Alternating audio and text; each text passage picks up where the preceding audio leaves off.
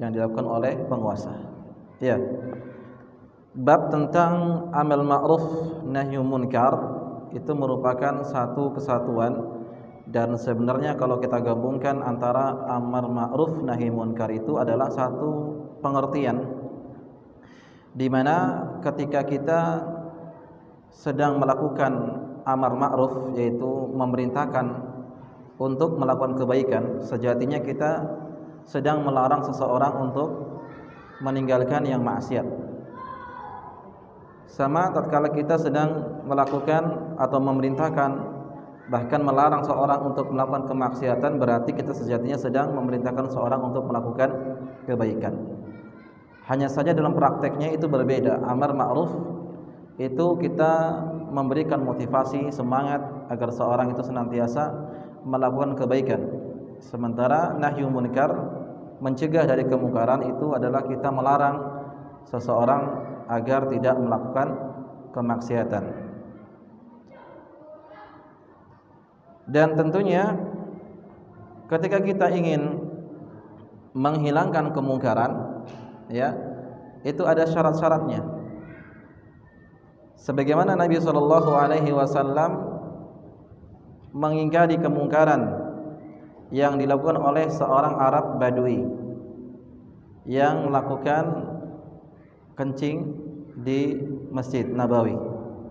Nabi SAW tidak bersikap keras, ya, meskipun pada waktu itu sahabat Nabi SAW sebagiannya sudah geram, ya, karena masjid tempat ibadah ternyata dikencingi. Maka bagaimanalah sikap Nabi SAW terhadap sahabat tadi, seorang Arab Badui tadi?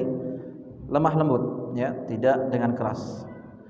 Berbeda ketika Nabi SAW mengingkari kemungkaran yang dilakukan oleh salah seorang sahabat yang bernama, kalau tidak salah, Mu'adz bin Jabal, ketika ia mengimami kaumnya sholat Isya berjamaah dengan surat Al-Baqarah. Wah, ya, luar biasa kan Al-Baqarah. Apa yang dilakukan oleh Nabi SAW terhadap beliau? Maka Nabi keras sikapnya, marah. Dari sini kita dapat menyimpulkan, ketika kita menasihati orang-orang atau menghilangkan kemungkaran yang dilakukan oleh orang-orang jahil, oleh orang-orang awam yang tidak mengetahui, maka yang harus kita dahulukan adalah sikap arif, lemah lembut. Berbeda dengan orang yang melakukan kemungkaran adalah dari kalangan ahlu ilmi, yang sudah belajar ilmu agama, yang sudah mengaji. Itu pada dasarnya kita harus keras, ya, karena dia sudah mengetahui. Namun bagaimana caranya itu harus dilihat dengan kondisinya masing-masing. Maka ada salah satu atau beberapa syarat cara kita menghilangkan kemungkaran. Sebelum kita masuk ke bab syarat menghilangkan kemungkaran, yang pertama, kita harus betul-betul tahu bahwa itu adalah kemungkaran. Berilmu terlebih dahulu bahwa orang tersebut betul-betul sedang melakukan kemungkaran. Ya, sepakat para ulama bahwasanya itu adalah mungkar.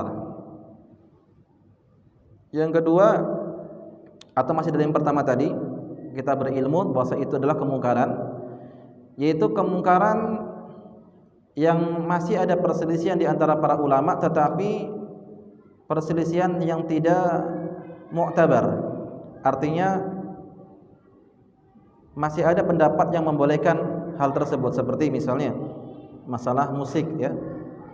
Musik, sebagian jumhur para ulama mengatakan bahwasanya musik adalah haram, meskipun ada satu atau beberapa ulama yang mengatakan boleh, ya. Maka di sini kita melihat hal tersebut adalah suatu mungkar. Karena apa? Karena perselisihan tersebut adalah perselisihan yang tidak mu'tabar. Ya, baik.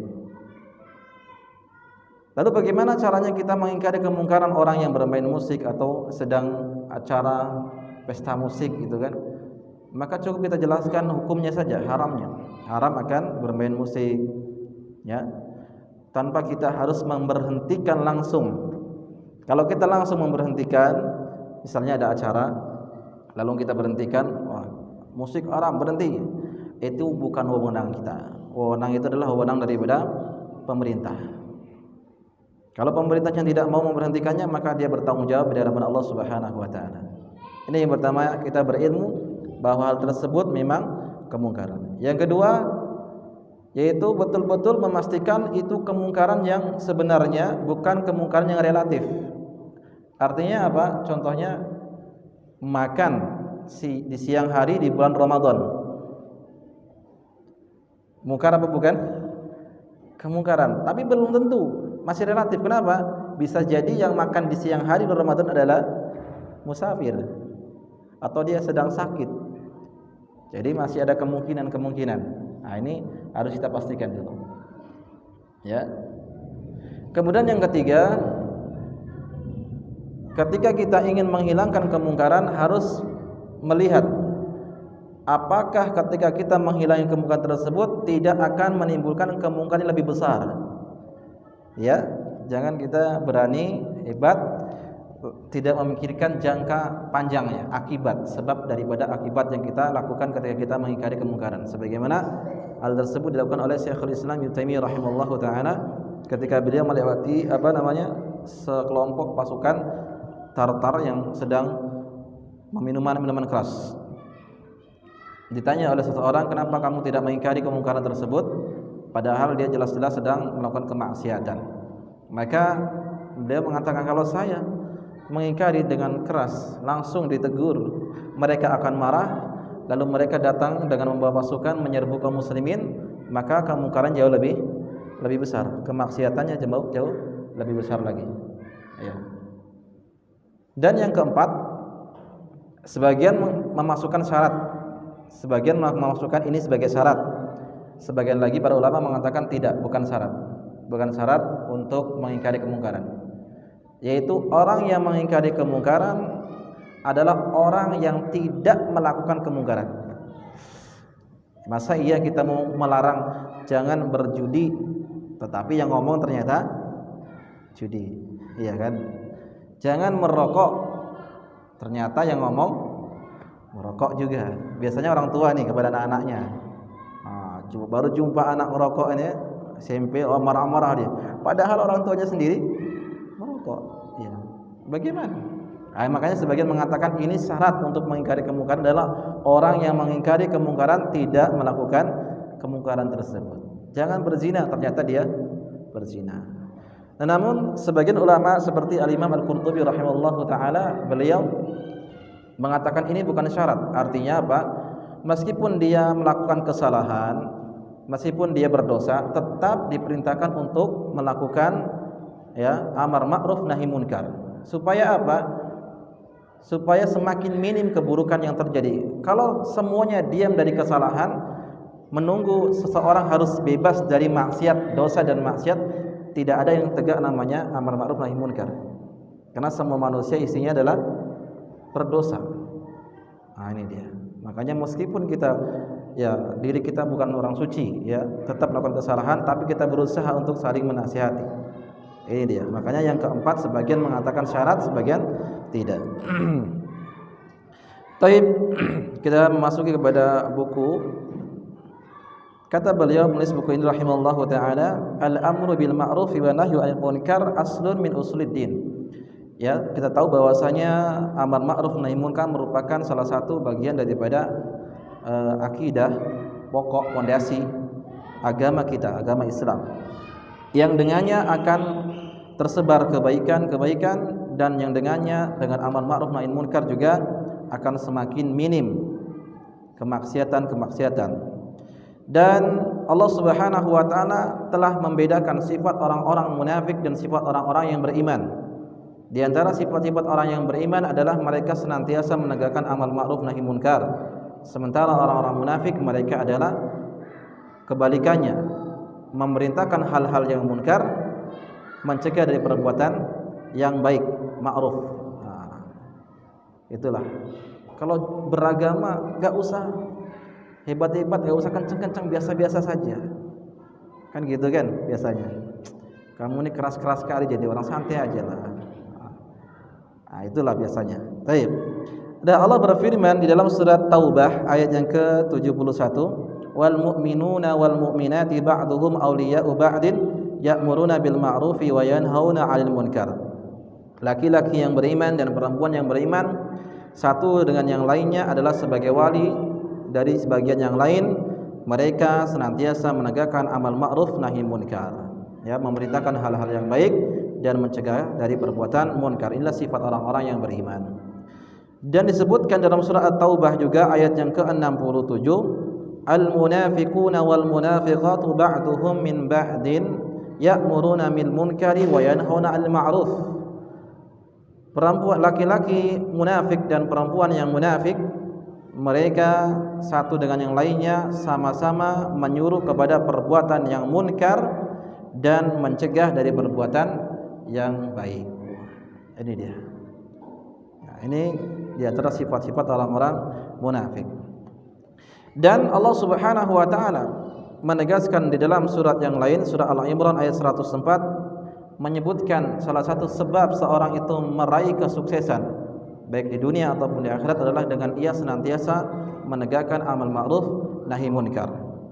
Allah berfirman, wal takun minkum ummatun yad'una ilal khair wa ya'muruna bil ma'rufi wa yanhauna 'anil munkar wa ulaika humul muflihun. Dan hendaklah salah seorang di antara kalian, sebagian, ya. Di sini juga menyebutkan hukum amal ma'ruf nahi munkar adalah fardu kifayah. Artinya apabila sebagian itu sudah menegaskan, melakukan, maka yang lain tidak berdosa. Ya. Wal takun minkum, sebagian di antara kalian menjadi ummatun, sekelompok umat, yad'una ilal khair, yang senantiasa menyeru kepada kebaikan, wa ya'muruna bil ma'ruf, memerintahkan kepada hal-hal yang baik, yang ma'ruf, dan mencegah dari perbuatan yang munkar, wa ulaika humul muflihun, dan mereka adalah orang-orang yang sukses. Ya, inilah di antara sebab meraih kesuksesan adalah dengan kita senantiasa melakukan amar ma'ruf nahi munkar. Dari yang paling kecil, misalnya di dalam keluarga kita, seorang kepala keluarga dia harus senantiasa menegakkan amal ma'ruf nahi munkar. Melihat anak-anaknya telat sholatnya, ya kita harus berusaha menghilangkan kemungkaran tersebut, menasihatinya dengan lisan kita, dengan kekuatan kita, dengan tangan kita. Melihat istrinya bertabaruj, misalnya dandan, atau dia selfie-selfie, istrinya dipajang di media sosial, kita harus nasihati, ya. Fayajibul amru bil ma'rufi wa nahyu 'anil munkar 'ala hadhil ummah bidalalati hadhil ayah, lakin wujubahu wujubun kifayah. Ini kita sebutkan tadi, bahwasanya kewajiban tersebut adalah fardu kifayah. Wa hadhil ummatul muhammadiyyah innama hajazat asy-syarafa wal khairiyyah 'ala al-umam madiyah bi hadhil khisrah asy-syarifah. Dan kita ketahui bahwasanya umat Islam ini telah mencapai suatu kemuliaan. Ya, umat Islam ini telah mencapai suatu kemuliaan daripada umat-umat yang telah lalu sebelum kita. Dengan apa umat ini mencapai kemuliaan? Khususnya para sahabat terdahulu. Kenapa mereka para sahabat disebut dengan generasi yang mulia, generasi yang terbaik? Karena para sahabat sangat antusias untuk menegakkan amal ma'ruf nahi munkar. Bukan hanya para sahabat, para tabi'in dan para tabi'ut tabi'in. Ya, kalau kita sebutkan kisah-kisah bagaimana para ulama dahulu mereka saling amal ma'ruf nahi munkar, ya, tawasau bil haq wa tawasau bis sabr, ya. Allah mengatakan kuntum khaira ummatin ukhrijat lin-nasi ta'muruna bil ma'rufi wa tanhauna 'anil munkar. Kalian adalah sebaik-baik manusia, sebaik-baik umat yang dikeluarkan untuk manusia, yang senantiasa memerintahkan yang ma'ruf dan mencegah dari perbuatan yang mungkar. Nah, ayat ini kadang dijadikan sebagai dalil oleh sekelompok orang, sekelompok pengikut Islam, ya, dalil dianjurkannya untuk khuruj, keluar 3 hari, ya, dalam sebulan, berapa? 40 hari, 4 bulan dan seterusnya. Kata-kata ini, kuntum khaira ummatin ukhrijat, kalian adalah sebaik-baik manusia yang dikeluarkan. Kita harus keluar nih katanya. Padahal kata-kata ini, kata-kata kuntum ini adalah Allah Subhanahu wa taala sedang berbicara kepada mereka para sahabat. Karena pada waktu itu tidak ada yang beriman kecuali para sahabat saja. Ya, makanya kuntum, kalian adalah sebaik-baik umat. Nah, para sahabat menjadi generasi yang terbaik. Khairun nasi qarni, tsummal ladina yalunahum, tsummal ladina yalunahum. Mereka menjadi generasi yang terbaik dikarenakan mereka senantiasa menegakkan amal ma'ruf nahi munkar. Sebaliknya Allah Subhanahu wa taala melaknat Bani Israel, ya, orang-orang Yahud. Mereka dilaknat oleh Allah Subhanahu wa taala. Laknat artinya adalah ba'idun an rahmatillah, dijauhkan dari rahmat Allah Subhanahu wa taala. Kita tahu bahwasanya seorang itu masuk surga adalah dengan apa? Rahmat Allah. Ya. Amalan adalah sebab seorang menggapai rahmat Allah, dan kita masuk surga dengan rahmat Allah Subhanahu wa taala. Nah, ketika orang itu dilaknat oleh Allah Subhanahu wa taala, berarti dia terancam untuk tidak masuk surga. Ya, karena dijauhkan dari rahmat Allah Subhanahu wa taala. Apa kata Allah Subhanahu wa taala dalam surat Al-Maidah ayat yang ke-78 79. Lu'inal ladzina kafaru min bani Israil ala lisani Daud wa Isa bin Maryam. Telah dilaknat orang-orang kafir dari Bani Israel melalui lisan Nabi Daud dan Isa bin Maryam. Dzalika bima asaw wa kanu ya'tadun. Kenapa mereka dilaknat? Karena mereka gemar melakukan kemaksiatan dan mereka senantiasa melampaui batas. Ya.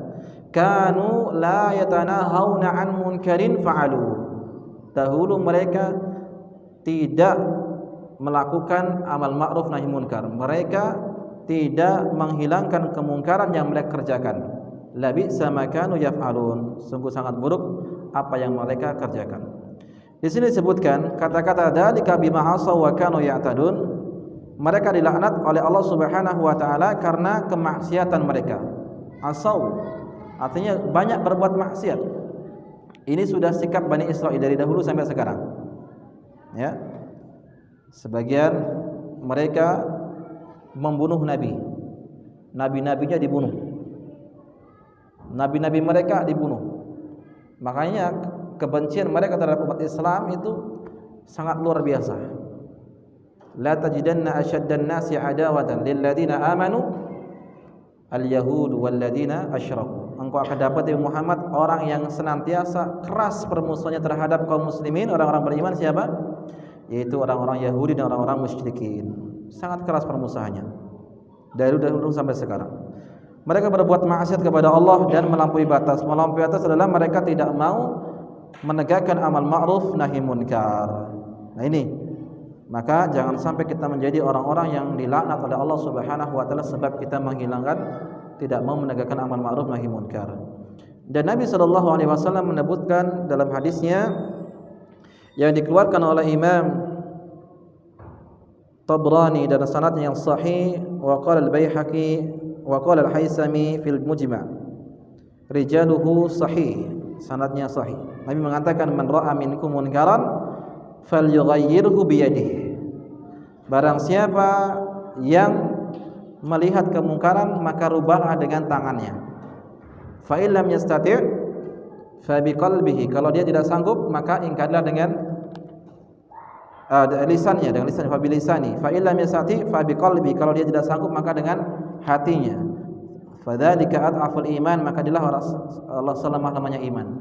Di sini ada tingkatan-tingkatan dalam menghilangkan kemungkaran. Yang pertama dengan tangan, kekuatan. Yang kedua dengan lisan, dan yang ketiga adalah dengan hati. Nah, tentunya dari hadis ini ada perinciannya. Kapan seorang itu diperintahkan untuk menghilangkan kemungkaran dengan tangannya dan kekuatannya? Tatkala dia memiliki kekuasaan, dia mampu.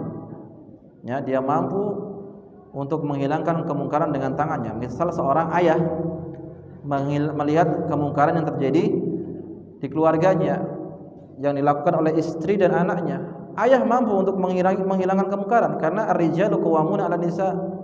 Laki-laki adalah pemimpin bagi wanita, ya. Suami adalah pemimpin bagi istrinya. Dia mampu, maka lakukan. Atau misalnya seorang kepala sekolah melihat kemungkaran terjadi pada guru-gurunya, pegawai-pegawainya, maka dia harus mengingkari kemungkaran tersebut, dihilangkan kemungkarannya. Dia mampu, ya, dan seterusnya. Fa illam yastati, kalau dia tidak sanggup menghilangkan kemungkaran dengan tangan dan kekuatan, maka dengan lisan, nasihat yang bagus. Bawakan hadis-hadis Nabi tentang, ya, perbuatan bahaya melakukan perbuatan tersebut, ancaman di dunia dan akhirat dan seterusnya. Dan kalau tidak sanggup juga, maka ingkarilah dengan hati. Itulah selemah-lemahnya iman. Maka ikhwani fillah rahimani wa rahimakumullah, kita memang ketika mempelajari ini, ya, Masya Allah, ternyata prakteknya di luar sana sangat berat sekali. Ya, sangat-sangat berat. Karena apa?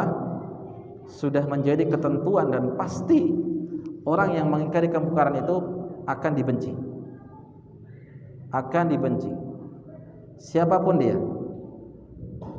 Mengingkari kemungkaran di tengah masyarakat, di keluarganya, dengan ayah dan ibunya, dengan saudaranya, abang dan adiknya, itu berat. Ya, sangat berat. Dan resikonya adalah kita harus dibenci, minimal kita dibenci. Kalau tidak diusir kadang-kadang, kalau tidak mungkin ya dengan sikap keras, mungkin dipukul, minimal kita dibenci. Itu sudah pasti. Makanya para nabi sudah mereka melakukan hal tersebut.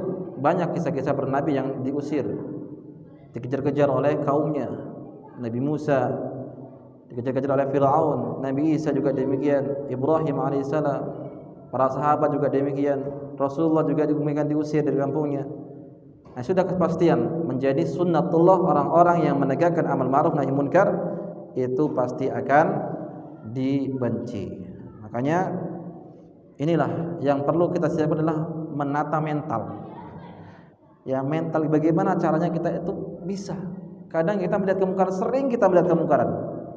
Banyak di sekolah kita sedang musyawarah dengan orang-orang, pasti banyak kemungkaran di situ.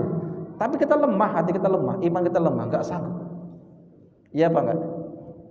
Iya, lemah hati kita. Makanya kita mohon kepada Allah Subhanahu wa taala agar Allah Subhanahu wa taala memberikan kita kekuatan mental yang kuat supaya kita mampu menghilangkan kemungkaran tersebut. Ya, baik. Kemudian wa hadzal hadisul khitabun li jamil ummah. Hadis ini adalah ditujukan untuk semua umat, wa huwa dalun ala wujubil inkaril munkar bihasabil qudrah, yaitu menunjukkan bahwasanya wajib bagi kita untuk mengingkari kemungkaran sesuai dengan kemampuan. Wa anna inkaru biqalbi la budda minhu, terutama mengingkari kemungkaran dengan hati itu wajib. Kalau enggak benci hati kita, berarti ada yang salah ini dalam diri kita.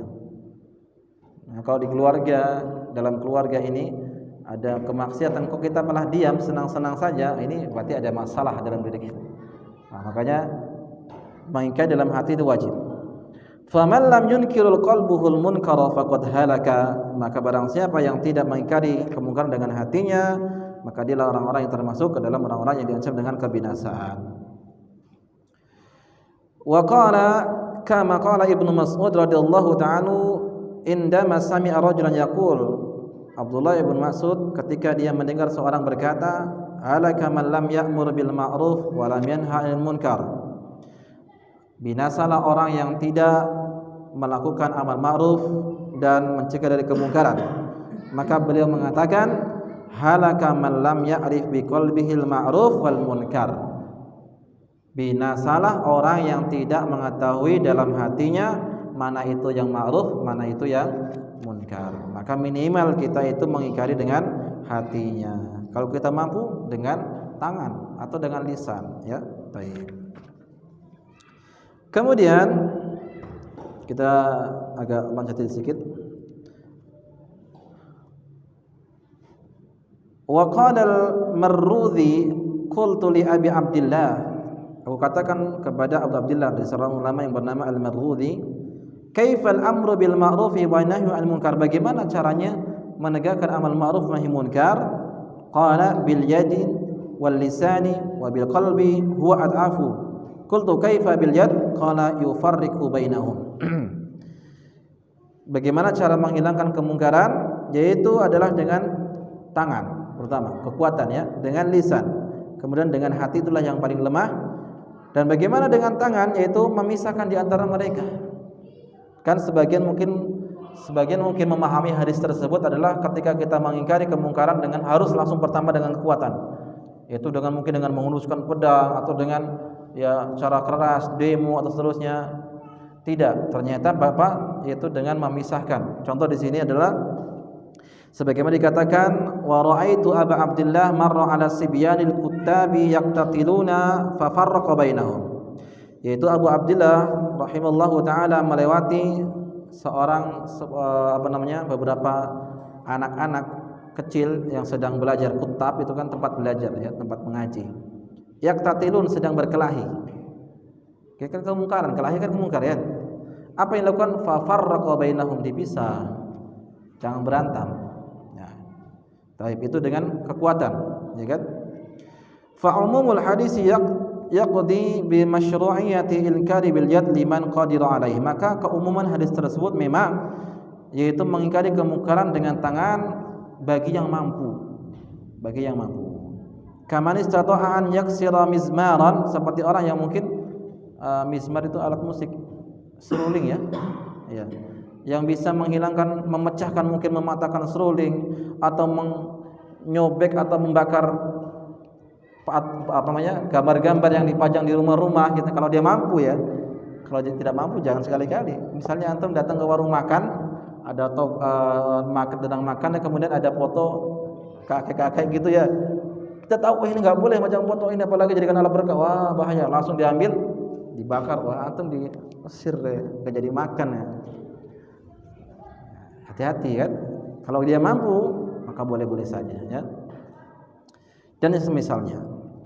Lakin hadza masyrutun bi syurutin, tetapi mengingkari kemungkaran dengan keras tadi, dengan tangan tadi, itu dengan syarat. Di antaranya adalah alla yufdiya inkaruhu hadza ila munkarin asyadda minhu. Tidak menimbulkan kemungkaran yang lebih besar lagi. Ya kadang kita nih yang ngaji-ngaji sunnah karena semangatnya dakwah, dia ingin mengingkari kemungkaran, akhirnya ya mungkin dia melakukan sesuatu yang menurut dia baik, ternyata merusak dakwah. Ya, merusak dakwah. Dulu ada cerita dari kakak-kakak kami di kakak kelas itu, ada di sebuah pondok itu diajarkan tentang masalah tauhid, tentang perintahkan kita kan nggak boleh meninggikan kuburan itu kan, lebih dari sejengkal. Saking semangatnya apa yang terjadi? Datang ke kuburan langsung diratakan kuburannya. Akhirnya pondok tersebut yang diserbu, yang didemo oleh masyarakat, gara-gara satu orang ini. Nah, ini kan bahaya kan, menimbulkan kemudaratan yang lebih besar. Ya, itu dah. Ya, taib. Wa alla yankuna inkaru bil yadi mimman ikhtassa sultan bihi masyar'an, dan tidak boleh kita mengingkari kemungkaran yang itu adalah haknya pemimpin. Seperti apa? Menutup tempat-tempat perjudian, perzinahan, ya, warung-warung gelap, itu haknya pemimpin. Kalau kita dengan sendirinya atau membawa masyarakat sebagian orang kelompok atau ormas, kita langsung tutup, paksa segala macam, bukan masalah menjadi baik, tetapi malah menjadi besar masalahnya. Ya, banyak seperti itu. Seperti adalah kaiqamati had, ya, menegakkan hukum had, ini adalah hak pemerintah. Tidak boleh kita ada orang berzina langsung dibawa dirajam misalnya, yang sudah menikah atau yang sudah belum menikah langsung dicambuk. Lihat orang mabuk-mabukan langsung dipukul 40 kali pukulan. Kalau dia minum lagi sampai 80 dan seterusnya. Ini enggak boleh. Ini adalah hak pemerintah. Ya, dan seterusnya. Au syahris sayfin, atau menghunuskan pedang kepadanya, melawan dengan pedang. Nah, ini enggak boleh. Ini pemerintah ya. Qala Ibnu Jauzi rahimallahu taala, Al-Imam Ibnu Jauzi rahimallahu taala mengatakan ad-darbu bil yad wa rijli wa ghairi dzalika mimma laisa fihi ishharu silah aw sayfin yajuzu li ahadin bi syarti darurah. Kata Al-Imam Ibnu Jauzi rahimallahu taala, mengingkari kemungkaran dengan tangan, dengan kaki, ya, selain daripada menghunuskan pedang, itu boleh bagi seseorang, tapi dengan syarat dalam keadaan darurat. Nah, ini daruratnya kita harus juga terperinci bagaimana yang dikatakan sebagai hal darurat itu bagaimana. Ya. Baik. Wal iktisar ala qadril hajah, sesuai dengan kebutuhan. Baik. Wa qala Ibnu Azraq fil bada'i' sil wa fi taba'il mulki indama ma dzakara anna min al mukhalafat al-iftiya' ala wali al-amr. Kata seorang ulama yang bernama Ibnu Al-Azraq menyebutkan ketika ada orang-orang yang menyelisihi fatwa-fatwa atau kebijakan-kebijakan pemimpin. Wa min a'dhamihi fasadan tagzirul munkar bil qadri alladhi la yaliku illa bisultan. Termasuk dari kemaksiatan yang besar, ya, kerusakan yang besar adalah mengingkari kemungkaran dengan kekuatan, dengan tangan yang mana itu adalah tidak layak untuk dikerjakan kecuali oleh seorang pemimpin. Ya. Ini dia. Kadang kita saking semangatnya seperti itu, mengingkari kemungkaran dengan keras, padahal itu adalah haknya pemerintah. Wa hadza kulluhu fima idza kana sahibul munkar ghairu sultan, fa in kana sultan falaysa li ahadin man'uhu bil qahri bil yad wala an yashhura alaihi silahan aw yajma' alaihi a'wanan. Nah, semua itu yang disebutkan di atas adalah mengingkari kemungkaran itu dengan keras, bukan untuk pemerintah. Mengingkari kemungkaran dengan keras bukan untuk pemerintah. Maka tidak boleh seorang pun mengingkari kemungkaran dengan keras, dengan menghunuskan pedang atau dengan kata-kata yang menghina di depan umum, di depan masyarakat, di mimbar-mimbar, tidak. Atau menghunuskan pedang atau mengumpulkan massa. Untuk apa? Demo. Semuanya di demo. Nah, ini. Li'anna fi dzalika tahriqan li fitan. Kenapa? Karena hal tersebut adalah bisa menimbulkan api fitnah, wa tahyijan li syarri, menimbulkan berbagai macam keburukan, wa idhaban li haibati sultan min qulubi bil qurbi ra'iyah. Dan tentunya kalau mengingkari kemungkaran kepada pemerintah dengan keras, maka yang terjadi adalah masyarakat tidak lagi menghormati penguasa, dan penguasa tidak memiliki wibawa di hadapan masyarakatnya. Wa rubbama adda dzalika ila tajribihim 'ala al-khuruj 'alaihi. Bisa jadi malah pemerintah masyarakatnya memberontak kepada pemerintahnya. Karena sudah tidak ada lagi hormat kepada penguasa, ya, dan penguasanya tidak dihormati lagi karena turun wibawanya, sering dihina, demo besar-besaran seterusnya, akhirnya apa? Kudeta. Wa tahribil bilad wa ghairi dzalika mimma la yakhfa, dan akan terjadi goncangnya suatu negara itu ya gara-gara itu. Ya, kita lihat di Mesir, di Afghanistan, di Lebanon, itu kan gara-gara itu. Hancurnya negara mereka ya gara-gara mereka masyarakatnya asik aja dengan demo, tidak bersabar. Ya, tidak mau bersabar. Wa qala al-Imam Ahmad rahimallahu taala, al-Imam Ahmad rahimallahu taala mengatakan la yuta'arradu lis-sultan fa inna sayfahu maslulun. Jangan kalian ya menentang penguasa kalian, sesungguhnya pedang-pedang mereka atau pedang pemerintah itu selalu terhunus. Artinya penguasa itu punya kekuatan, punya power, sementara masyarakat hanya mengandalkan ya kekuatan masyarakat. Tank baja dilawan dengan batu, lemparan batu, gimana? Ya mereka punya senjata, punya mesin lengkap, masyarakatnya ingin melawan pemerintah. Yang terjadi adalah banyak pertumpahan darah. Padahal satu darah tertumpah itu lebih besar daripada hilangnya dunia ini. Kemudian kalau ditanya bagaimana seharusnya kita mengingkari kemungkaran terhadap penguasa? Ya, fa in sa'alta 'anit tariqi syar'iyyah liinkari 'ala salatin fa hiya mabsuta fi kutubis sunnah wa ghairiha min kutubi ahli ilmi. Ya, kalau kita baca-baca dalam kitab-kitab para ulama, banyak juga di sana sebutkan bagaimana cara mengingkari kemungkaran. Sebagaimana Nabi SAW pun menyebutkan, man arada an yansaha li sultan falyubdi alaniyah. Barang siapa yang ingin menasihati penguasa, menghilangkan kemungkaran terhadap penguasa jangan terang-terangan, ya, tapi hendaknya kita secara sembunyi-sembunyi. Yang pertama disebutkan di sini, cara pertama mengingkari kemungkaran. Qala Ibnu Muflih. Ibnu Muflih ini salah seorang murid daripada Syekhul Islam Ibnu Taimiyah. Jadi Syekhul Islam Ibnu Taimiyah ini muridnya banyak.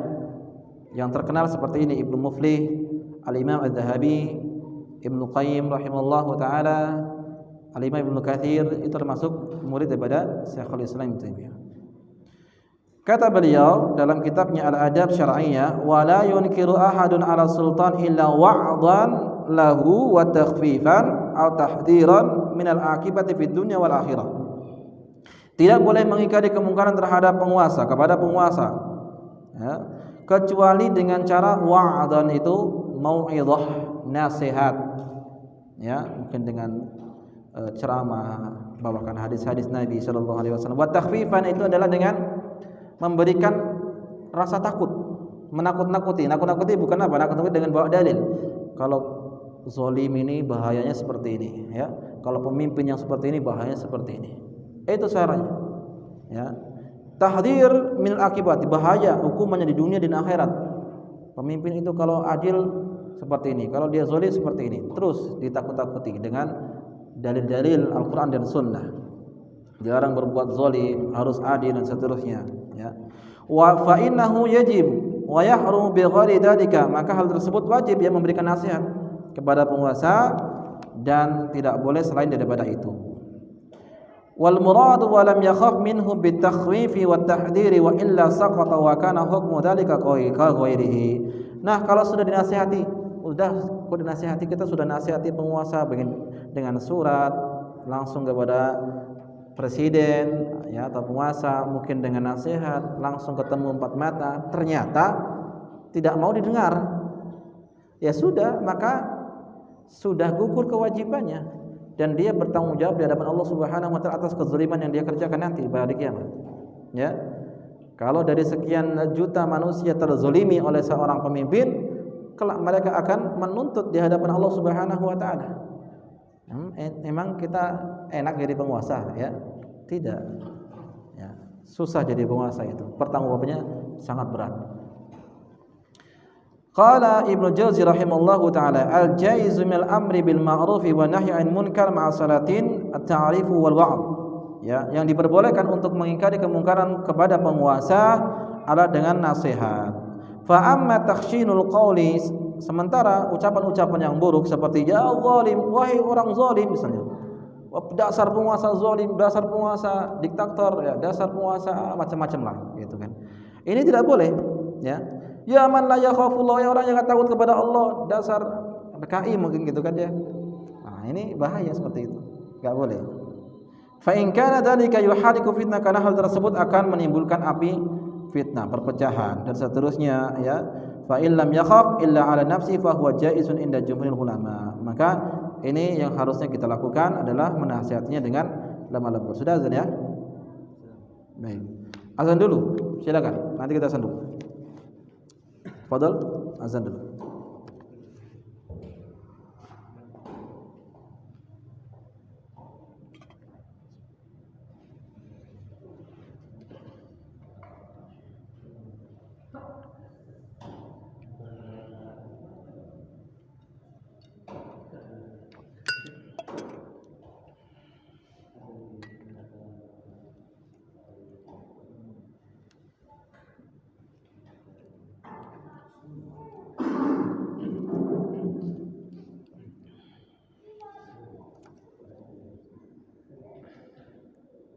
Allahu Akbar,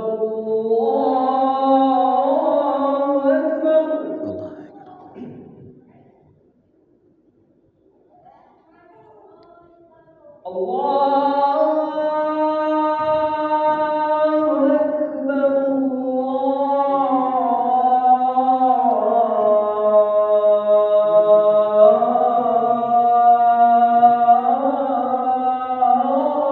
Akbar.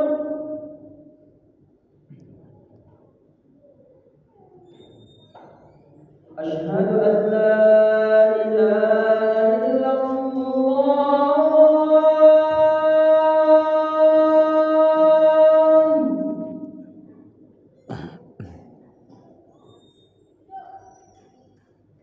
أشهد أن لا إله إلا الله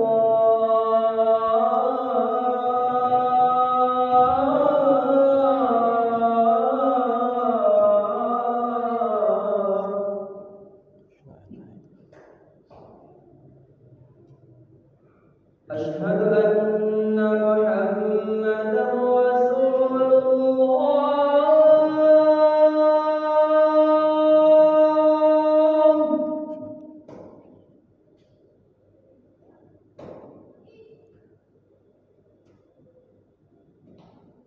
أشهد أن محمدا رسول الله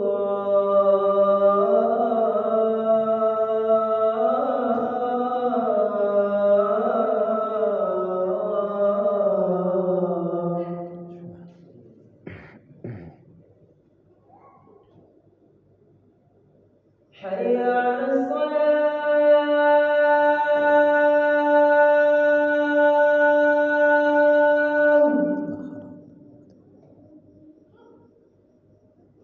حي على الصلاة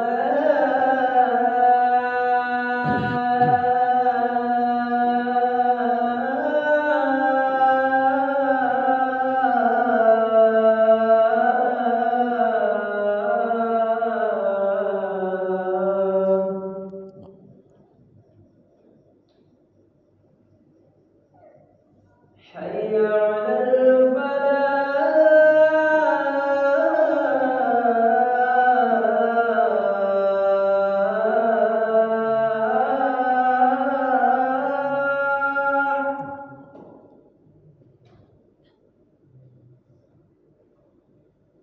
حي على الفلاح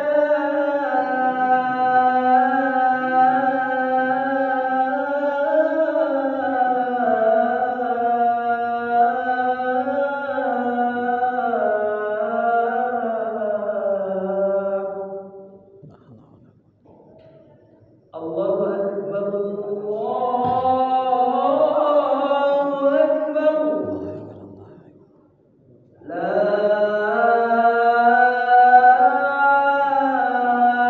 إله إلا الله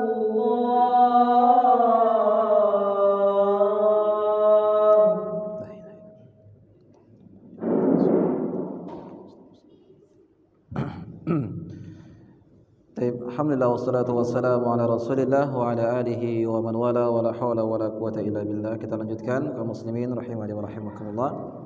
Jadi cara yang kedua untuk mengingkari kemungkaran adalah yaitu dengan cara tersembunyi ya. Yang pertama tadi kan nasihat ya. Qala Ibnu Nahas fi kitabih Tanbihil Ghafilin an A'malil Jahilin wa Tahdhir Salikin min Af'alil Halikin. Oleh Al-Imam Ibnu Nahas dalam kitab tersebut dikatakan wa yakhtarul kalam ma'a sultan fil khalwah, memilih uslub ucapan yang bagus ketika menasihati penguasa dan dengan cara khalwah berduaan saja. Alal kalami ma'ahu ala ru'usil asyhad, ya, tidak di hadapan khalayak ramai. Bal yawaddu law kallamahu sirran, bahkan dianjurkan ketika kita menasihati penguasanya itu ya dengan sembunyi-sembunyi. Wa nasaha khufyatan min ghairi salisin lahuma, menasihati penguasa dengan berdua saja tanpa bertiga. Nah, ini juga dilakukan oleh salah seorang anak daripada Umar bin Abdul Aziz. Ini zaman apa nih? Umar bin Abdul Aziz, tabi'in ya, kalau tidak salah. Bani Umayyah. Maksudnya maksud tabi'in apa tabi'ut tabi'in? Nah, pokoknya zaman beliau lah, zaman Umar bin Abdul Aziz. Beliau punya anak namanya Abdul Malik bin Umar bin Abdul Aziz. Dan Abdul Malik ini punya anak namanya Maslamah bin Abdul Malik.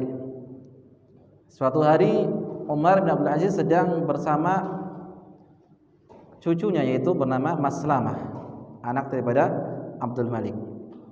Kemudian Abdul Malik anaknya Umar bin Abdul Aziz masuk, meminta izin masuk, kemudian meminta untuk berbicara 2 orang saja. Padahal itu adalah yang ketiganya adalah cucu. Nah, disuruh menyingkir dulu. Apa kata Abdul Malik bin Umar bin Abdul Aziz? Katanya, "Madza qailun li rabbika?" Apa yang kau akan jawab di hadapan Allah Subhanahu wa taala ketika engkau ditanya oleh Allah Subhanahu wa taala? Kasurat bid'ah wa lam tumitha wa kasurat sunnah wa lam tuhyiha. Banyak bid'ah yang tersebar tidak kamu hilangkan. Banyak sunnah yang tidak kamu hidupkan. Wah. Ini ngomongnya berdua saja, ayah dengan bapaknya. Nah, ini dia. Bagaimana mereka para ulama itu sangat mengerti dengan hadis Nabi Shallallahu Alaihi Wasallam. Dan menjadi pemimpin bukanlah mudah. Kita akan ditanya oleh Allah Subhanahu Wa Taala tentang masyarakatnya begitu banyak. Makanya khalifah yang bernama Harun ar-Rasyid disebutkan dari dalam kitab Aina Nahnu min Akhlaqis Salaf. Beliau pernah tawaf berhaji atau umrah, kemudian kata pamannya seorang ulama, naiklah ke Bukit Safa. Coba lihat dan hitung berapa jumlah orang yang sedang tawaf di Ka'bah. Berapa jumlahnya? Tidak tahu. Yang jelas itu banyak sekali. Maka kata paman tersebut mengatakan, sesungguhnya yang mereka tawaf itu, yang sedang tawaf itu, mereka akan ditanya terhadap apa yang mereka kerjakan. Sementara Anda akan ditanya terhadap yang mereka lakukan. Itu beratnya.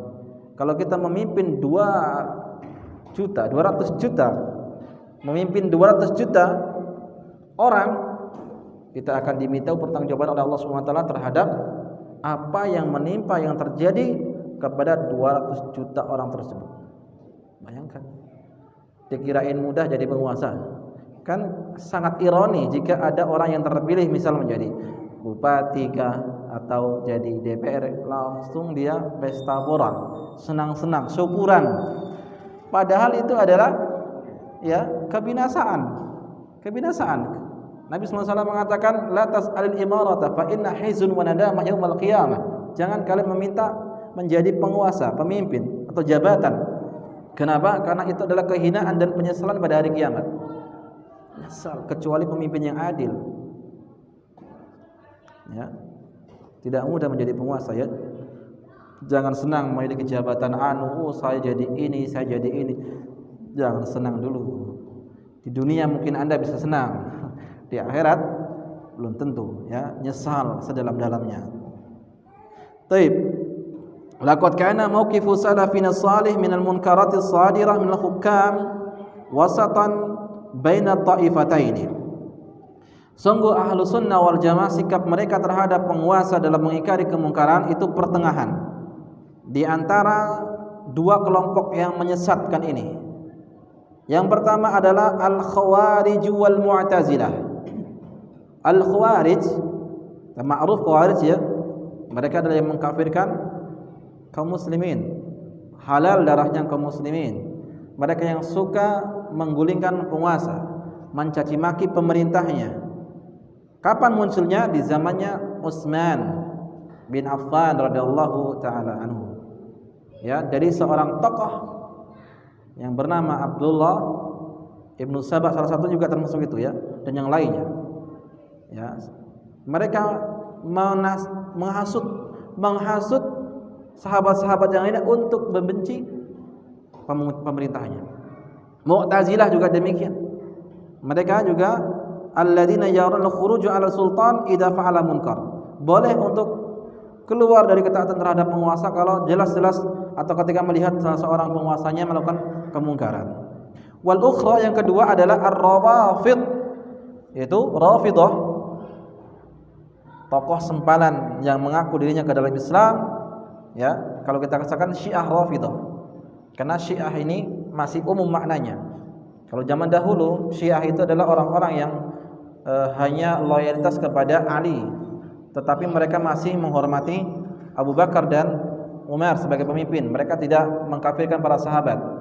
Namun Rafidah mereka muncul di zamannya Zaid bin Ali. Makanya ada Syiah Zaidiyah.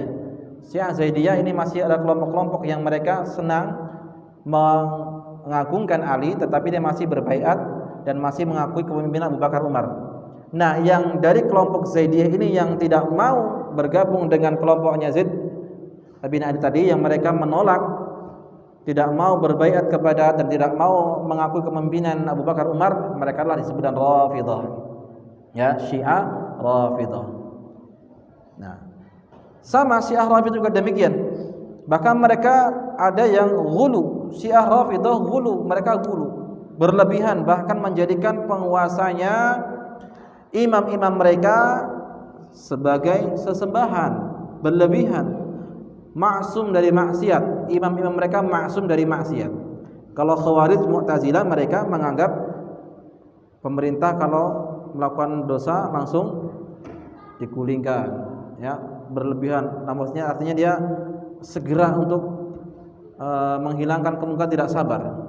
Sikit-sikit langsung demo, sikit-sikit langsung turunkan, ya, perang, jihad, seterusnya. Kalau Rafidhah tidak. Kalau Rafidhah itu mereka adalah yang berlebihan mengagungkan penguasanya. Mengagungkan penguasanya. Meskipun penguasanya bejat sekalipun, ya, tetap aja diagung-agungkan. Ya, seperti Khomeini dan seterusnya, kan penguasa mereka.